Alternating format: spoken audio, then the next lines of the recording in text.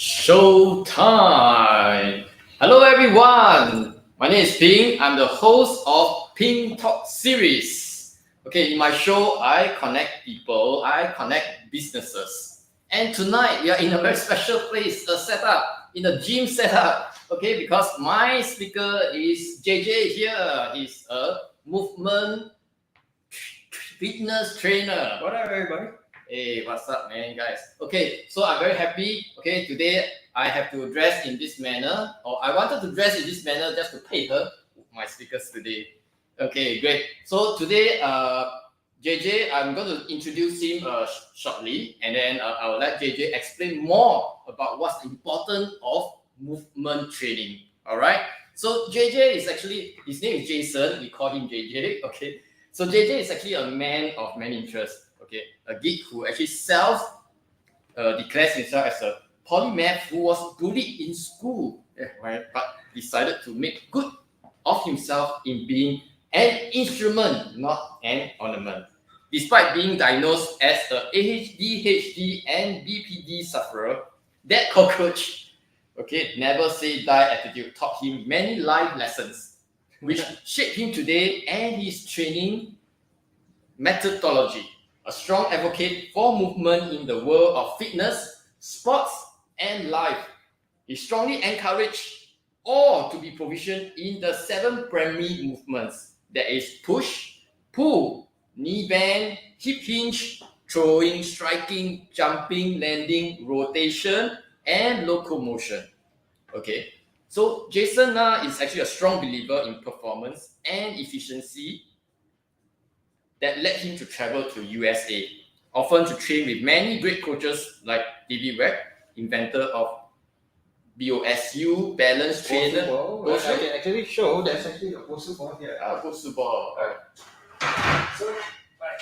Yeah. So this is a BOSU ball, right? It's a balance trainer, so we might use this later on. Yeah, okay. So JJ is going to do a live demonstration of that. Right, actually we'll get Ping actually to stand on this. Oh man. Don't worry. Okay, right. So so he's when he was in US, so he was also training with other like coaches of the Olympic sprinter. Okay, Tyson Gay to Todd Durkin, fitness coach of Super Bowl MVP Brees.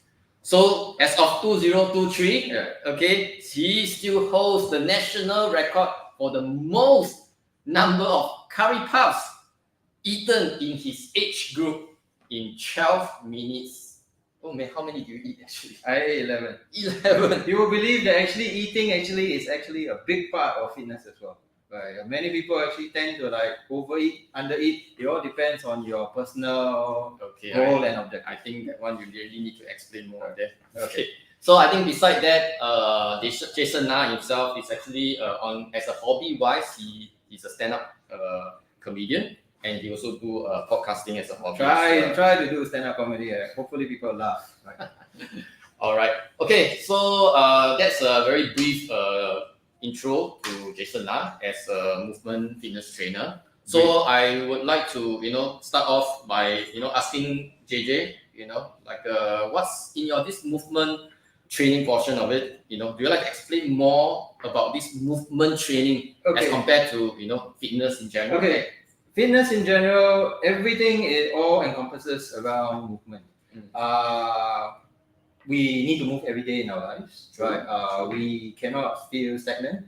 Rigidity or lack of movement is actually the enemy of biology, right? So if you're stuck, you are unable to move. If your oxygen, the red blood cells, they don't move around the body, you don't have circulation, so you actually will die. Same for your muscles. If you don't move around, and the human body was designed to move around, that's why we can conquer mountains, swim the 7 seas, go out to outer space. So all these things all requires the body to actually move. So that is one of the reasons why we actually put a lot of emphasis on movement training. Who do you think are the fittest people in the world? Well, people who go to gym. Okay, right, correct. People who do go to gym, but people walk every day as well. Right. Okay. So, for example, people go to the gym every day, but if you were to ask them people who go to the gym, squat 120 kg, deadlift 200 plus pounds, right? Deadlift the body weight. to actually install this air conditioning and actually climb up a ladder and put the air conditioning up there. Highly unlikely they'll be able to do that. It requires a lot of skill. So movement is actually a skill, or what we call physical literacy, learning how to teach your body to move in many different directions in order to generate force so that you can actually make difficult tasks easier. So how you define difficult tasks then? Difficult tasks, like I said before, who are the fittest people in the world? Your farmers, your construction workers. They don't go to the gym. They do everyday physical activity. They do everyday chores, and their chores are physically demanding under the sun. Very clear-cut example. I used to own a gym, right? And this is a true story. I used to own a gym, and I closed the gym down. When I closed the gym down, we actually had to tear all these rubber mats off the floor to reinstate. So asking the contractors to reinstate will be very costly. So you did that yourself? I did that myself. I did that together with my father. And my father says, why waste money? Let's do this on our own. It's physically taxing, physically demanding.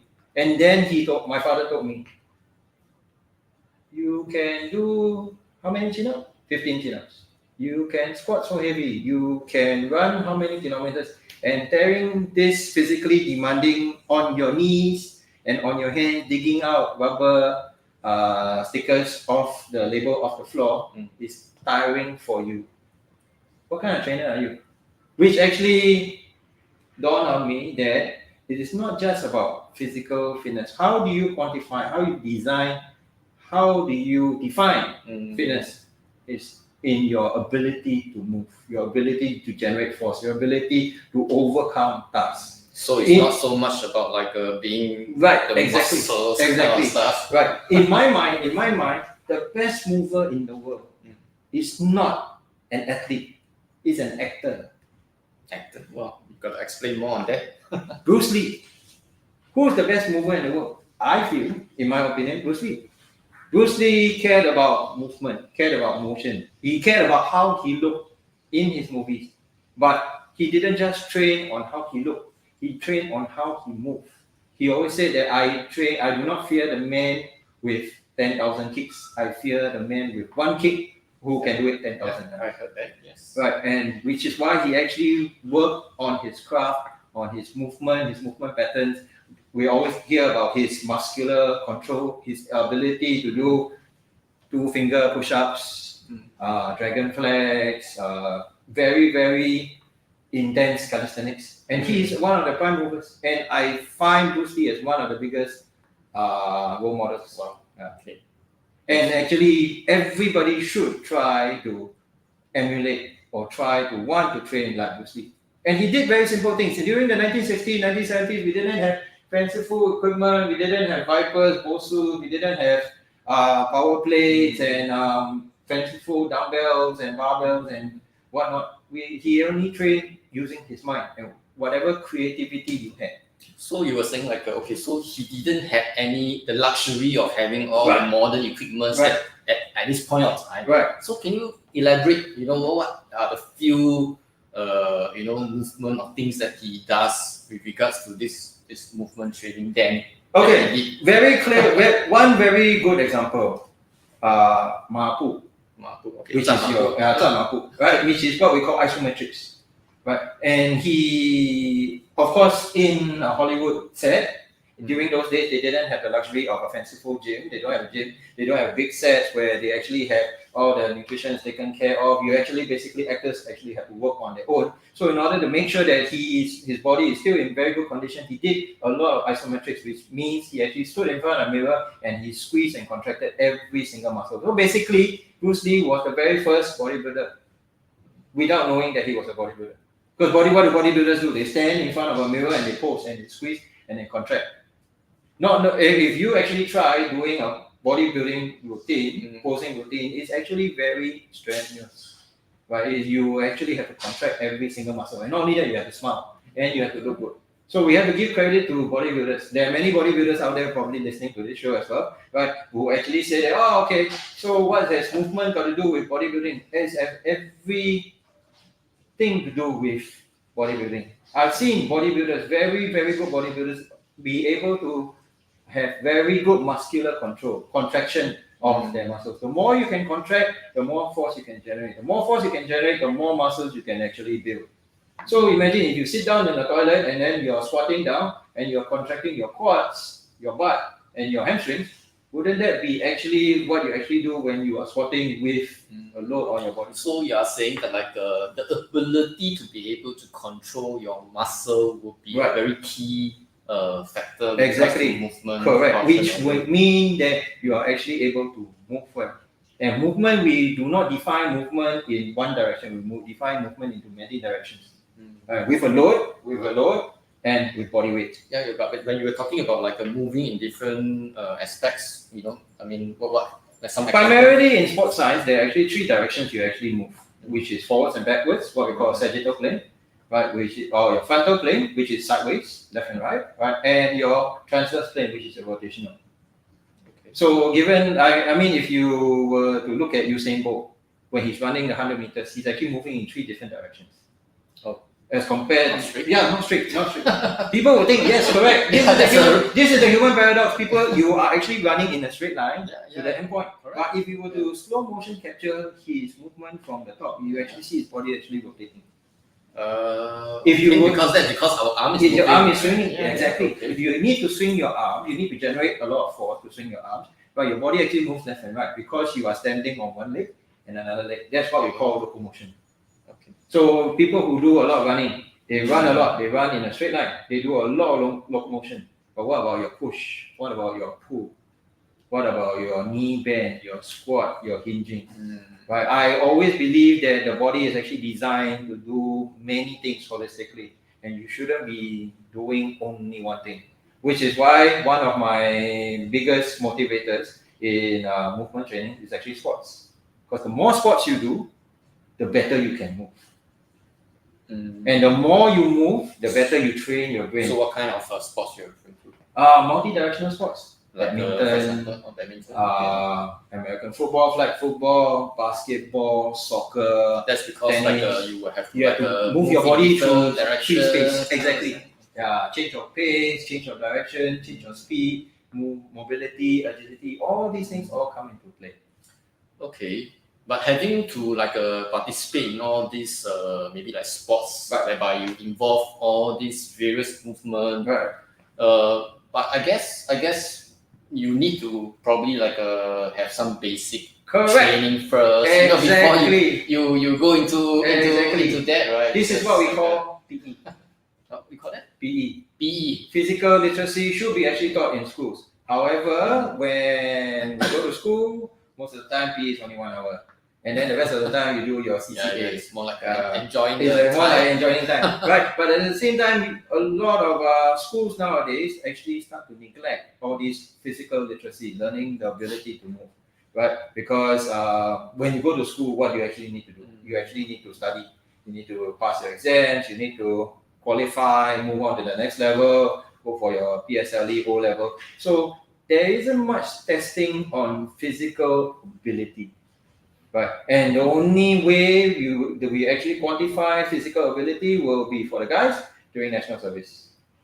And the girls will probably, I'm starting to feel stiff, maybe I should try some yoga, maybe I should try some dance, and then they start to do some physical activity. And stop me if you heard this before, many times people actually start moving, start exercising because they are afraid to put on weight.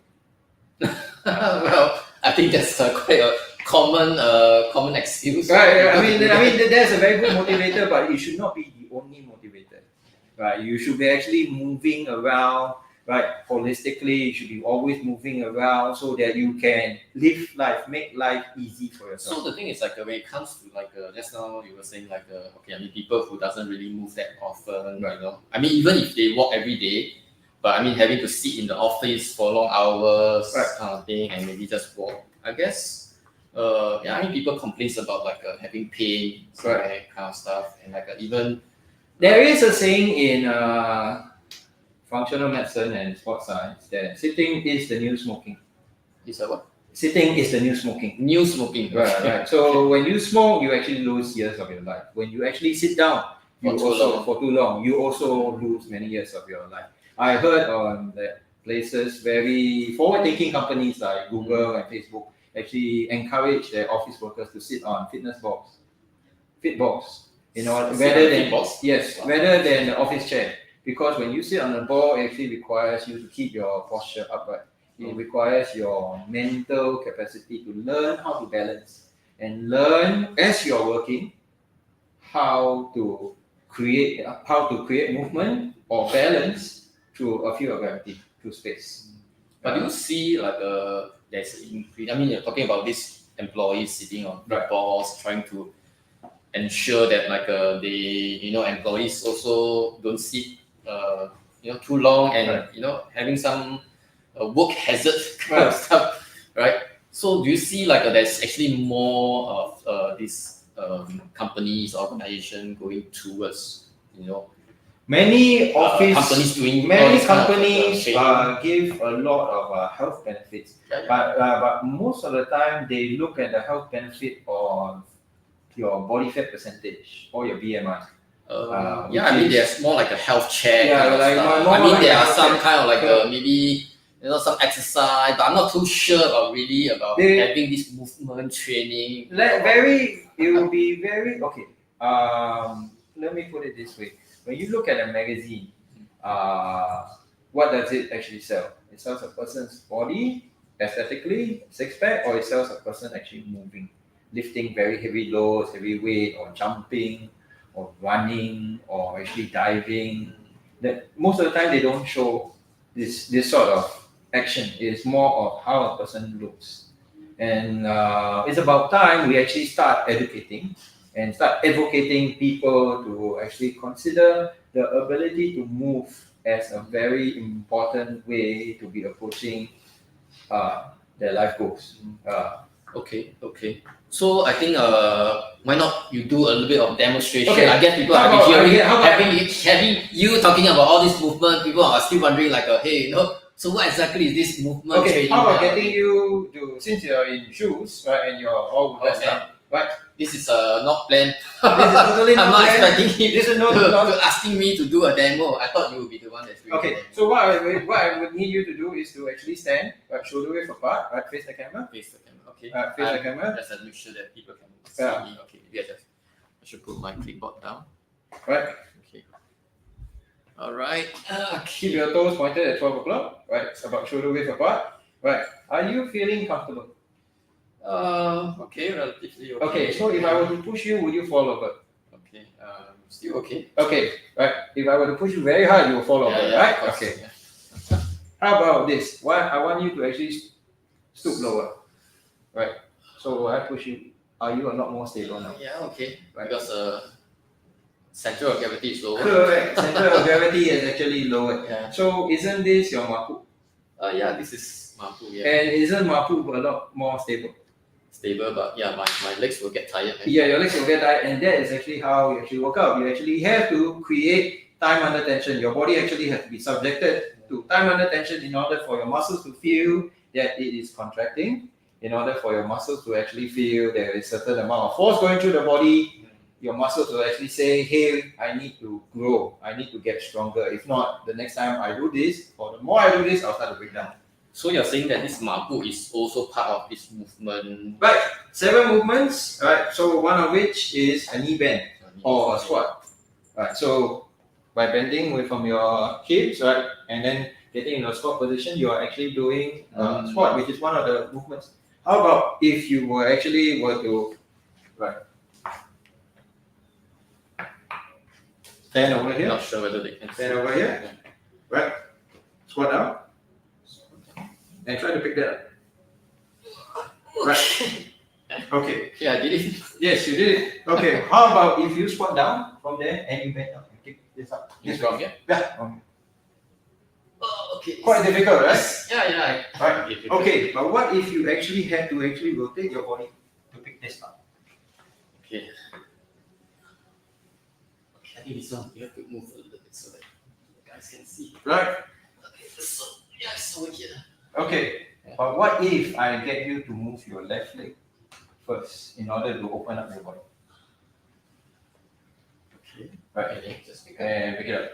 Would it be easier Yeah, I mean it's. And I have to teach you this. So it would mean that movement actually is skills that you actually could learn to take you to the rest of your life, rather than I just move. Because don't forget, the body likes to follow the path of least resistance. The moment I bend down, I will definitely bend down this way because it's very easy.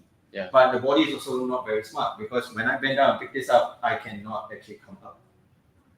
So if I were to want to do this repetitively to make it more efficient and easier, I actually have to move my feet. So this one is so the body is not in tune to actually the brain to right. move your legs first. Exactly. So naturally, people will just kind of like use the arms. Yes. Naturally. Correct. Exactly. So these are skills that we actually have to actually encourage and enforce so that people would actually learn that you can actually make things easier for yourself. This is also known as mechanics or efficiency. So that usually will also result in injuries. No, not true. I mean, as in not like true. It depends. Right. If your sport will actually require you to bend down in this given scenario, given situation, then all the more we actually need you to do this. But if you actually do not need to, or you want to make it more efficient, you can actually try opening up your body. You can actually try stabilizing your body because if you were to open up your feet wide, right, so now I push you, you're a lot more stable. Right? If I were to keep your feet close together, narrower, right, I push you actually will fall over.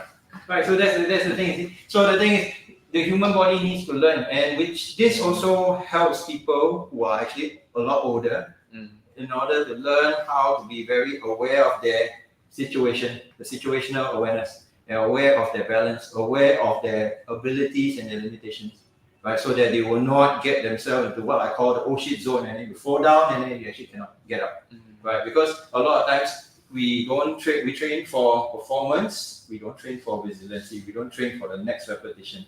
Okay, so when you say it's about like ensuring or educating the their people to be more aware with regards to the surrounding and how they should move their body to achieve certain movement kind of stuff. So, but that how do you actually how would it going to be your training wise in order for them to achieve this? It all depends on this awareness thing. Right. It all depends on the physical activity. It all depends on the goal. More often than not, 80% of people actually come to me are overweight. They want to lose weight. They want to have a little bit more energy in their lives. They are also very desk bound, which means they are suffering from a certain type of pain.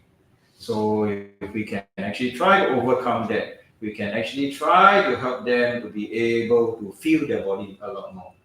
Right? Then it is easier for them to actually self-regulate their body in order for weight loss. Self-regulate their body for so basically weight loss is actually also part of the process of getting them to improve on their movement. Right. Have you seen Bruce Lee fat before?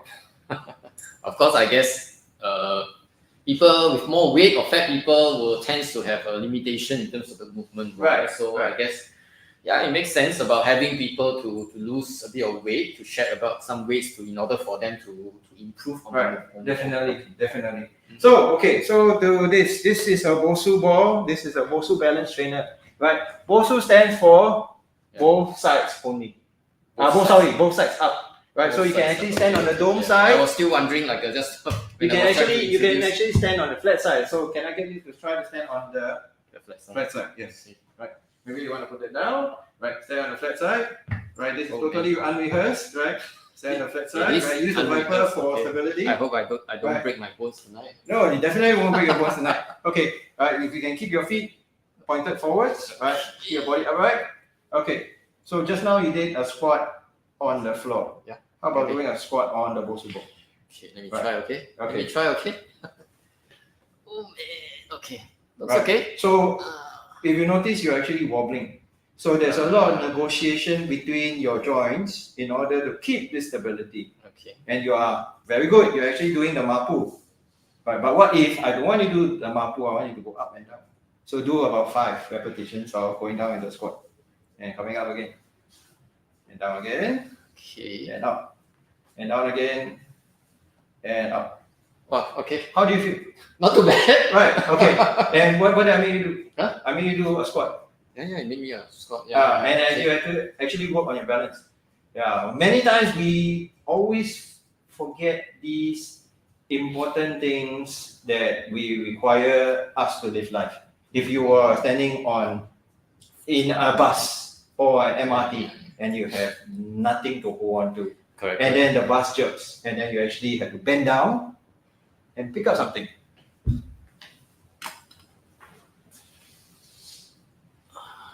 Wouldn't that be movement training? Well, okay. Right. And it's the important thing is how many times we've seen people in the bus and in the train actually fall, right? Because they were not stable.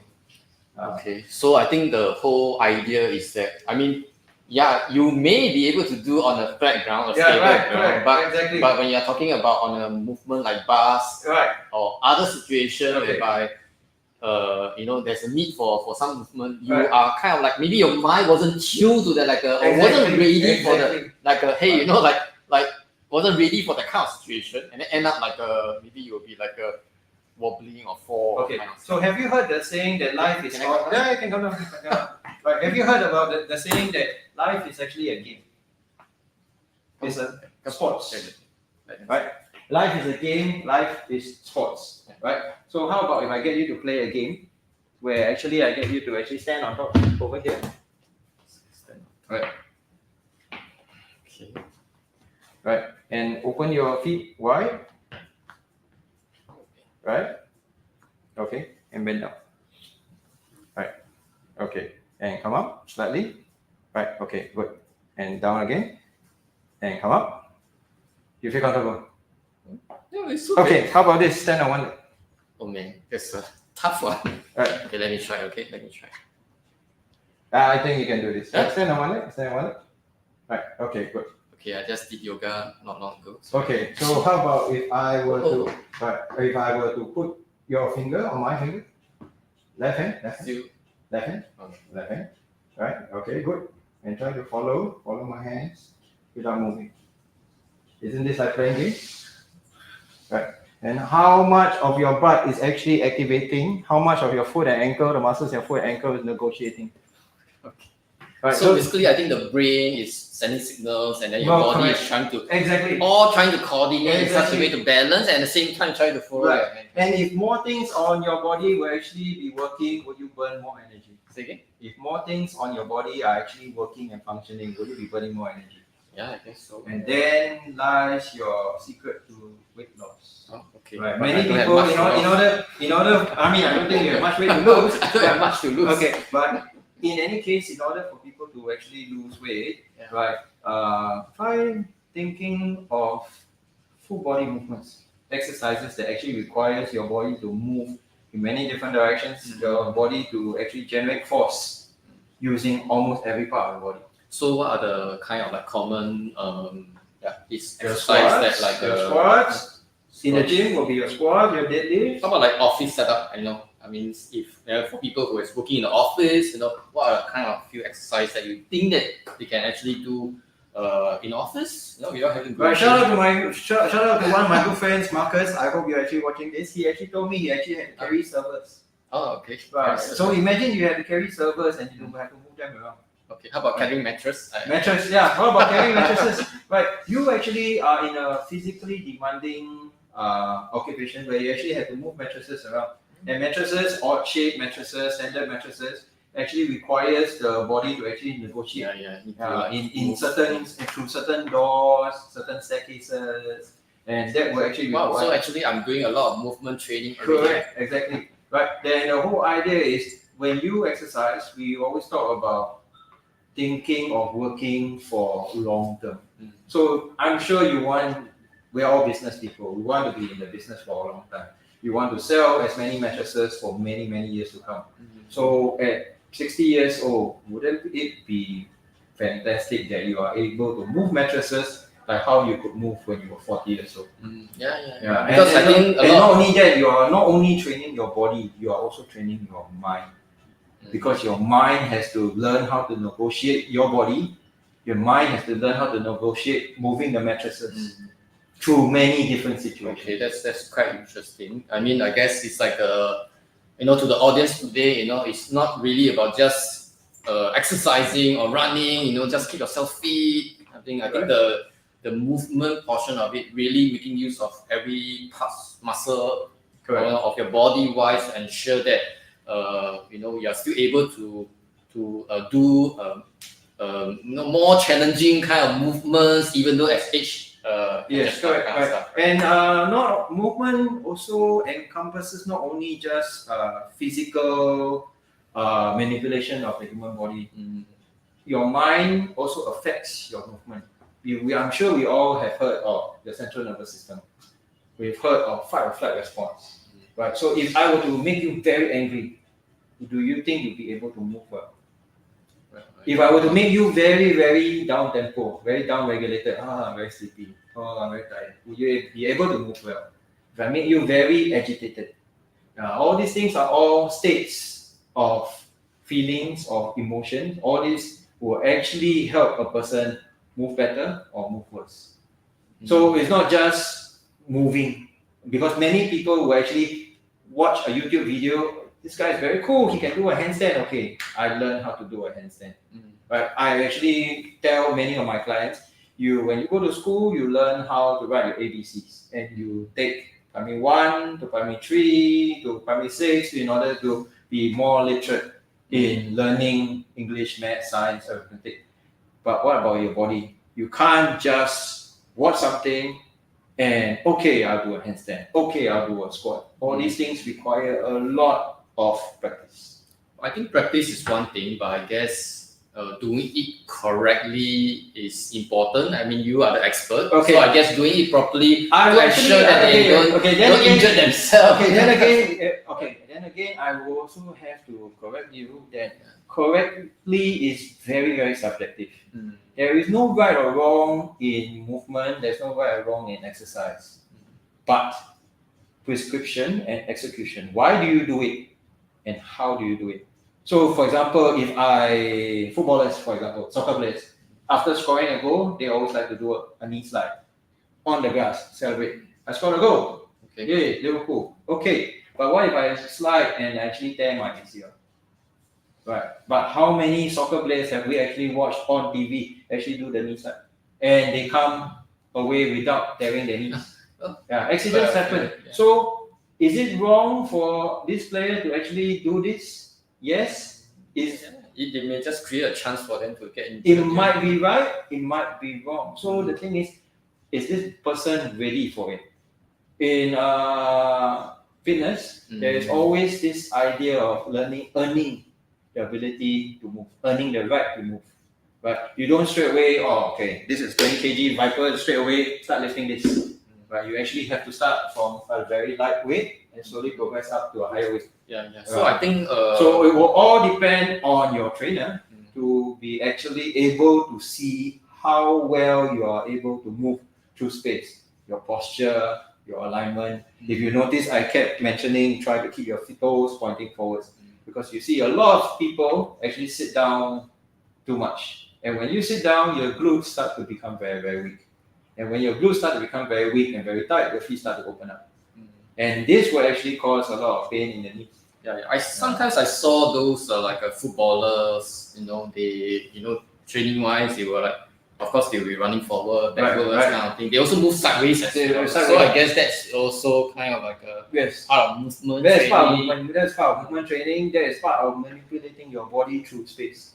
And many people don't realize that you actually need to practice. So practice, and of course practice with a coach who is actually qualified to teach you to see how well you move, what you call your body shape, your ability to manipulate your body. Because sometimes for all of us, we go to the gym. Sometimes we go to the gym and we look at this person working out. Then there is something not really right. I just can't put my finger on it. There is something not really right for general population. Right.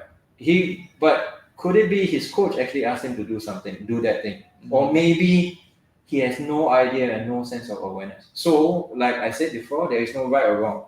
You just need to know exactly, does this person know what's he or she is doing. Okay, Right. okay. But I guess I mean, Jason, are you able to like maybe describe in a more maybe detail with Right. regards to like I mean, like if let's say someone comes to you would like to explore this movement training, Right. what is the kind of process in terms of the whole whole process on the training session wise, how progressively how First, just roughly like okay. how do you do Roughly, or I will can actually you run through the program. I will run through getting he or she being able to see the degree of movement in the 7 primary movements. Can he push? Can he do a push-up? Or can he hold a plank? Can he pull? Is he able to pull and hang from a chin-up bar?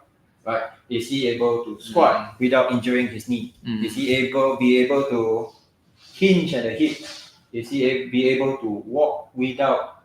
But some people they walk very fun. Are they dragging their feet? So that means by doing so, during the initial stage, you will be able to allow you to gauge like whether this person is weak at any one of the what we call a few of the movements. A weak link in the chain. Because the body actually moves in a chain. The body moves in a chain. The body moves in flows. And if your body is not flowing, right? Hence again, Bruce Lee, be like water. If you are unable to flow like water, you will be very, very stunted and it won't be very efficient for you. Okay. That's interesting. So after you access them in terms of having like, let's say for example, this guy is very weak at squatting, right. But the rest seems okay. Right. So you will focus a lot on the squatting portion, how to strengthen his muscle. Not just that. I will actually focus on what he's been doing in his profession. In his profession all through the day. Right. Maybe there could be weak links because he's been doing something. Let's say, for example, we always say sitting is the new smoking, right? Right? People sit down too much. How about chefs, teachers, salespeople, people like you always on their feet all the time? Well, yeah. I mean, different hazards. Correct. So it could mean that maybe some people actually move in a certain way because of their job. So we actually have to find balance. Okay. Yeah. So like Star Wars, I find balance in the Force. I find balance in your. All right. I get you. So basically, depends on their profession. I mean, if this guy is like sitting most of the time like this, then you know that like there must be something that he's probably weak in. Right. People who are like standing all day in their job wise. Usually, I would ask, what physical activity do you do? Do you do gardening? Do you play sports? I train quite a fair number of golfers. Right. What do golf is actually a very interesting sport. People would think that it's actually an old man sport, but a lot of young people are playing. Right. Tiger Woods was one of the youngest world champions. Right. And golf being a very intense sport, not many people know that it's an intense sport. Right. They just think that just hit the ball, sit on a buggy, go to the next hole, hit the ball, sit on a buggy, go to the next hole. Right. But the golf ball is so small and it's extremely hard. There's a lot of force going through the golf ball. And you are actually whipping a golf club from one end to the other end and rotating in a very awkward position. And you do it over and over and over again, 18 holes. No wonder you get a stroke. No wonder they call it a stroke, because you probably get a stroke from suffering, twisting, contorting your body in so many different directions. And if you are not able to move, or you are not earned the right to move because there are certain weak links on your body, will actually cause a lot of stress, i.e. henceforth injury. Okay, I mean, ultimately, I think the message that you have is really to create a balance in the whole body. In the body. Or parts, basically, you have to move every single part of your body to ensure that, that you're doing great. If I could leave you with one thought, Bruce Lee actually said, be like water. Yes. Meaning be very adaptable. Right? When it was time for him to be hard, he was very muscular, he was rock hard. He had very, very nice muscles. You hit him, you touch him, it is rock hard muscles.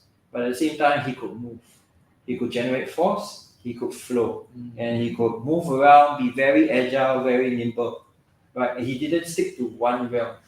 And which is why I consider him the prime example of movement, because he's able to know when and when. Okay. In life, we always need to know when being balanced. Correct. Being balanced, being able to move every part, able to adapt to the situation, and so that your body can move in when needed, in all sorts of aspects of. Okay. So for example, this is a viper, right? This is a 6 kg viper. It doesn't look like much, right? But it's actually 6 kg. How many exercises do you think there are in this rubber dog? I'm not sure. You are the expert. Right. They're actually almost close to 9,000. You can think of actually 9,000. 9,000 way of using this Yes. for exercise. Right. And there are about almost For movement training, I think.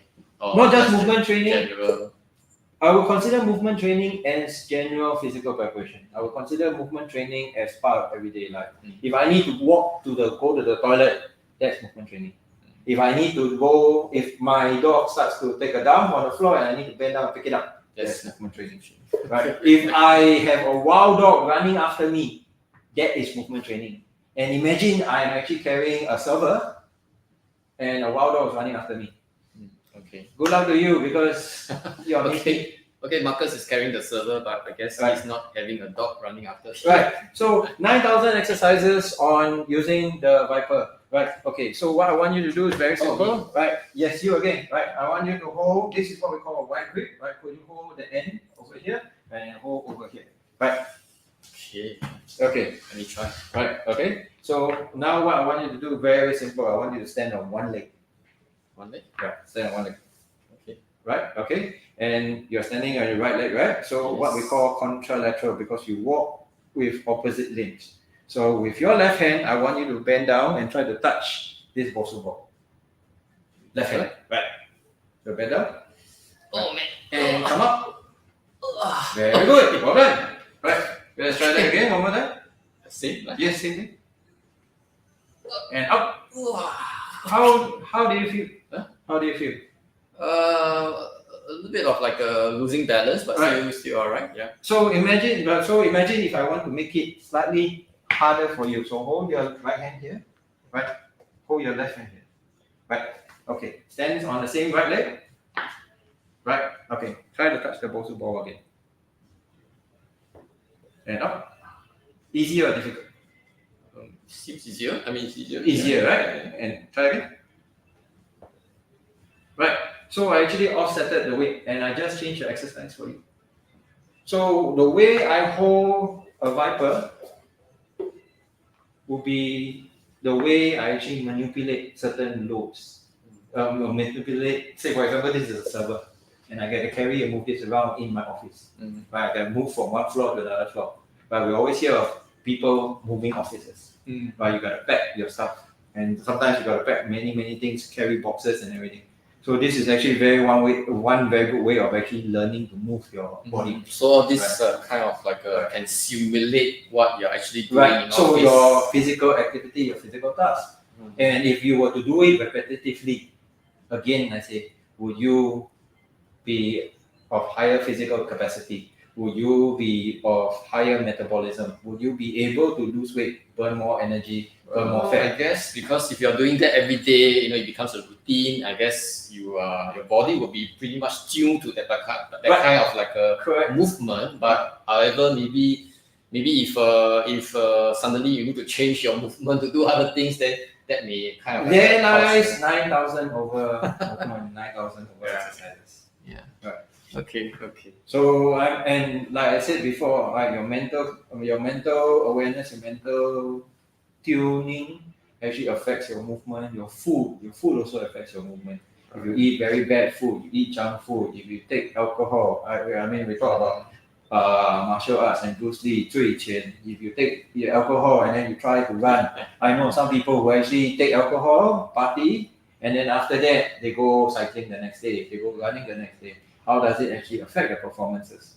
Yeah. So all these things all come into play. So food is very important. Certain food that you take will actually hinder and hamper your performance.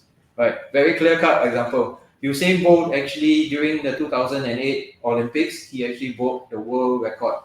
Right. But he broke the world record eating chicken nuggets because he was afraid of Chinese food.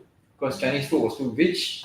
Food, I mean, we all have been to China before. Food in China has a lot of oil, and he's not used to it, and it will cause an upset. So he actually ate 100 nuggets a day. So you do help your clients to, I mean, you do advise your clients Advise on diet them on as the well. diet. I'm not asking people to actually go and eat 100 McNuggets a day, and eating 100 nuggets a day for 10 days will not make you into Usain Bolt. But what I'm saying is that you actually need to know what very clearly what is your objective. What do you actually want to see out of movement? What do you want to have a fitter body, what we call general physical preparation, or do you actually want to live a longer life?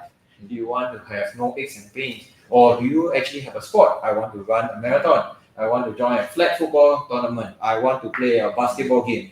I want to play soccer on the weekend with my friends. I don't want to get injured. So how can I actually prepare my body? So all these things will actually... This is where your expertise comes in. Right, exactly.